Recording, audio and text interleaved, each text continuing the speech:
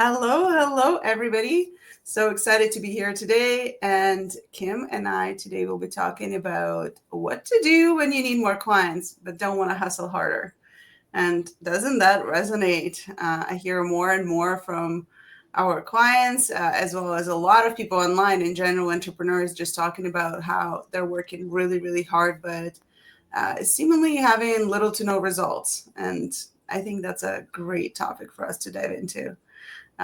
Personally, I'm a huge advocate on how you can switch from having the one-to-one conversations with people, which I definitely categorize as hustle, right? Those coffee dates, networking events, really connecting with every single person that adds you on Facebook. Please don't.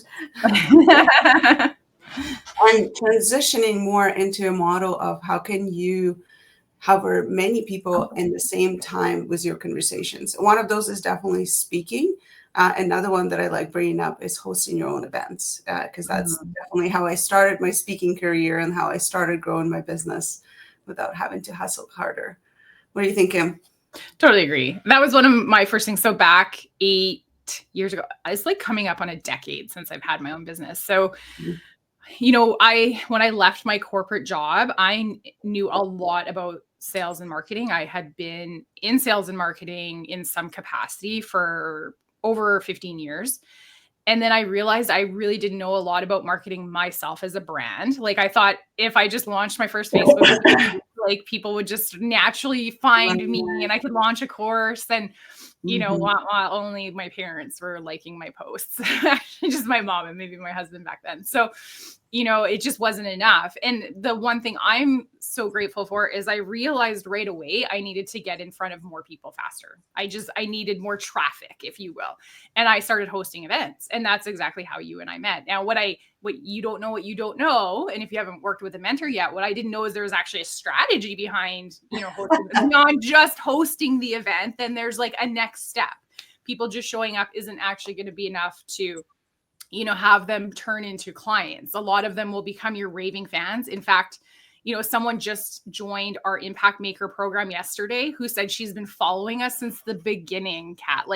From when we first started posting, and yesterday was the day for her to say yes, right? So, but you need to have those mechanisms and strategies in place to take those people who follow you and like all your posts, or maybe they don't, they're just silently following, and have them come into your programs. And for her, it was an event. She came to our boot camp and then she was ready, right? So I love that. I love that when you have the right strategy, you can take those events and those in-person, opportunities to have people self-identify and say, yes, let's go. Because the one thing we don't do is high pressure sales at events. We're, very low key. We know the right people in the right place will say yes to our programs. And I want more people to know that, because I see so many people hustling and getting discouraged because they're constantly posting online and they're not getting any results, right? They're posting and it feels like nothing's happening. And, so yes, social media is important, but if you're newer in your business, or if you've been at it for a while and you just feel like social's not working, I seriously encourage you to start thinking about events or being the speaker at the front of the room at other people's events and creating that different type of exposure for you, because that in-person energy is just so different. And with the right strategy, then those people start self-identifying and saying, yes, I want the link for your application call. Give me the link to buy the program. Let's go. Some people were getting on our calls and going, I don't even need you to ask me any questions. Let's go. Where's the link? And that's such an exciting feeling as a business owner to just have people say, let's go, I'm ready. I don't even need any further discussion. So, and I'm so thankful I met you at that, one of my very first events I did, because you were the one that said, hey, what's the next step for people? You're dropping these amazing stories and people love you, but you're not telling them what happens after. And that's why, for my first couple, I just wasn't I was getting lots of exposure, but not creating the result that I wanted. So maybe you could talk about that, Kat, because that was you at the beginning. That was like, hey, you need a strategy. And I was like, light bulb. Okay. Yeah, I think that's one of the things that people definitely lack. And the biggest reasons why I started hosting events in the first place. Thank you. And why I started hosting events in the first place is when I started going to networking events, the one thing that I run into is everybody wants to meet one to one, right? Like everyone wants to sit down and have a conversation. And I quickly realized that they all go the same way. It's the same structure. You book an hour, usually. For the first half an hour, they're telling you about their business. Second half an hour, you're telling them about your business. And then potentially there's a client somewhere. You could be a client, right? So there's a lot of selling happening, right? And getting to know each other. And generally that doesn't lead very far. So you either meet with that person once or you see them at the events again, but it doesn't go much deeper than that. And the thing that I knew for a fact is my capacity is so tapped out after the first 3 networking events. I booked like 2 full days, like back-to-back coffee dates. And so knowing that I had to spend 2 full days of work, and I'm saying like over 8 hours. Most of the people do over 8 hours of meetings, right? And still not really getting hot clients, but rather having to follow up, or people are interested, or they say, oh, this is so cool what you do. Not having a direct actual lead into my business, it was devastating because it was such a tremendous time investment. So I knew I had to come up with a different way and different place to drive people to from the networking events. And guess what? People who go to events love going to events. So the easiest thing that I could think of is host an event that they would want to attend that would be a little more targeted towards what I do. And that way, when I was attending networking events, I actually started telling people, instead of all the things that I do, to attend my event. Mm-hmm. And so I started driving people from networking events and those really small talk, 2 to 3 minute conversations, to come to my event where I would talk more about my business in the one-to-many capacity, so that I can actually have multiple people understand what I do and filter themselves off if they're not a good fit. Mm-hmm. And those who are a good fit would actually apply to work with me. So more direct call to action, more targeted audience, more of them understanding what I do versus, trying to fit everything in a 2-3 minute conversation, which is impossible. Yeah. And it created such a cool flow in my business that allowed for me to actually scale my business and stop focusing so much on having those one-to-one conversations, and rather focus on just driving people to one place, which was my event, and people love attending it. And so I started using that as a strategy. I started a network, and I actually started hosting events in the network. And every time I would go to other people events, instead of talking about what I do, all the services I offer, the pricing, who I'm looking for, all of those things, I would literally just invite them to come. It made it so much easier for me to get clients in that way, where I didn't even have to follow up and have a million coffee dates, but just have really targeted one-to-many conversation with people in the room who are interested in what it is that I do, and get a little bit of training. So circling back to your call to action, that was a really, really big thing that I had to teach myself. And I think that's why I'm so good at pointing out to others when they don't do it. Yeah. Because sometimes we have this little thing in our head that asking someone to do something is sleazy sales. Mm-hmm. And it could be, to be transparent, it definitely could be. And I've seen it.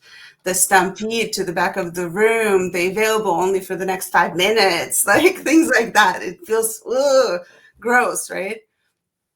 But when your call to action is authentic, which is you telling them what the next step is versus you asking them to sign up directly, right? So you're creating an extra step that they can go and get to know you before you straight up sell them on something. Yeah. It's more authentic. It feels more aligned, because then, first of all, you know that you have done everything in your power to let them know what's possible, what's impossible, and how you can help them. And then on the other side, you know that they will be making an informed decision rather than an emotional one, which emotional decisions are all about manipulation, right? Informed decisions is when it's going to feel good on both sides. So I really love sharing that. Yeah. Okay, so here's let's do a hot button issue because I'm in talking about calls, application calls. We're like, we have a couple minutes left. So I'm in another coach's community, and someone in there said, "Hey, like, how do you all feel about sales calls?" And so I answered, and she said, "Oh yeah, I was just asking because I heard they're dead. I heard no, like, people are advising not to do them anymore." And I was like, "Oh, okay, so let's talk about that. Two perspectives. What do you think? Are sales calls dead?" Oh, definitely not. I mean, I see it working really well in our business if they're done right. Yeah. And one of the things that I see that is a trend for sure is selling through DMs. So not even having a sales call. And I just see a lot of opportunity for people falling through the cracks, but also a lot of opportunity for getting the wrong fit clients. Yeah. And truly, I mean, wrong fit clients. If you haven't had your pain in the butt clients yet, you will if you slow down just through DMs. And that is something to think about because those are the clients that will make you question what you're doing. And those are the clients that will really reignite your imposter syndrome. And those are the clients that will really make you feel like you're a sleazy salesperson, even if you're not, right? So you don't want those. So there's got to be a filter, and the filter is for both of you. Like sales call is nothing but an interview from both sides. They're interviewing you to find out if you have the support that they need, and you're interviewing them to find out if you can actually support them, but also if you want to work with them, because that's not everybody. And I give you the permission to say no to people. And we do, because we curate our higher ticket community. Like, we want people that are all like on a, a similar journey, not someone that's an outlier that's going to come in and wreak chaos. So I do think for some programs, like I've been in programs before where they just don't care. They're just there to collect payments from people. But for us, that doesn't feel aligned. So we genuinely, offer people to join the program because we see the value and how it's going to move them and their business forward. And if we don't feel like it's the right fit for them, then we do refer out to other coaches, other companies. So I think that's an outlier in the industry, in coaching. Like, and I'm not saying no one else is like that, but I don't think that's the norm. Most people, it's just a link to a sales page, go by. You're in a big program with, hundreds, sometimes thousands of people. I've been in group programs with thousands of people, right? So I do think we're an outlier. And I don't think sales calls are going away. And I think that, but I can see for some people where they would want to maybe reclaim their time and they move into something like a DM strategy. For me as an introvert, I actually hate DMing. Like I don't know if it's just something because I can't see the tonality or the person's face. It's just not, I really overthink every message I'm going to send. I don't enjoy it from doing it for sales. Like, it's fine if you're just conversing with someone or messaging back and forth, obviously, like a text, but in a sales capacity, I feel like it gives me like anxiety, and I'm not like a person who experiences anxiety. So I would much rather just jump on a call or a Zoom in a Zoom room and have a conversation. Because that's really all a sales call is it's a conversation. But I think some people, especially when you're new, you put a lot of like pressure to create the results and you feel really disappointed if they say no. And so then for some people, they will avoid, they'll try and look for other strategies because they just don't want to put themselves in that uncomfortable place. But I by far find that just jumping on a call, an application call with someone converts way better than trying to sell in DM. That's my hot take on it. Absolutely. And for me, I'm from the other side. With my ADHD brain, I just have a hard time keeping up with who I've been talking with and when people don't necessarily answer right away. So now you need a whole system behind tracking that. And again, I'm not saying it's wrong or you shouldn't do it. All I'm saying is you have to be at the right stage of your business to be able to outsource it or automate it, right? So you need either a team or a software that is going to help you organize those leads and make sure you can keep track of them. Who you're talking to. Otherwise, you're starting a lot of conversations, but you're not actually having the conversations. Yeah. So it becomes very challenging on both sides where people might feel like you abandoned the conversation that you started with them because you're not answering. Or maybe you like read it and then you know how it is. It just gets buried in there, right? Yeah. And then on your side, you feel like you're talking all the time, but you're not making the sales. So at the certain level in the business, it definitely makes sense just like with the sales calls, when you get to the point where your calendar is busy, you don't have the capacity, and you're getting sales calls booked on your calendar consistently, maybe it's time to hire someone to support you in that area. That's the reason why we're such huge advocates for having a team. We have an amazing team ourselves. We're tremendously proud of every single member on our team. They've been supporting us, and we've been growing together in so many ways that it's been just really cool to celebrate together every milestone. Yeah. And so I'm a huge advocate for having a team. So at the point where your capacity hits there and you know you have consistent leads coming in onto your calendar, hey, there's a person out there who just loves having sales calls. Yeah. They want to do it all day long. That's the only thing they want to do. That's your person. Just hire them, pay them percentage or salary. You can figure out all kinds of deals and have them do it for you. So you can step away from that side of your business and focus on other things that you're passionate about. Exactly. Yes. And I think that's where the direction we're moving very quickly. Yeah. So awesome. All right. I think that's it for this week. If you were here live, I think our system just doesn't show because I can see over on Instagram people were watching. So thanks for being here with us. We appreciate you. If you were asking questions, we're going to do our best to loop back around and answer them or use them for future topics. We have a new name, Kat. It's Impact Weekly. So join us. We're here Thursdays, usually between 8 and 9-ish, depending on how organized we are in the morning. But you can always come and catch the replay. So make sure you're following our page if you want to hear more about business growth, speaking as a strategy. But also, we are experts in all kinds of business strategies, so they often come up in conversation just for funsies. So thanks for being here, and we will see you next week. Click. Okay.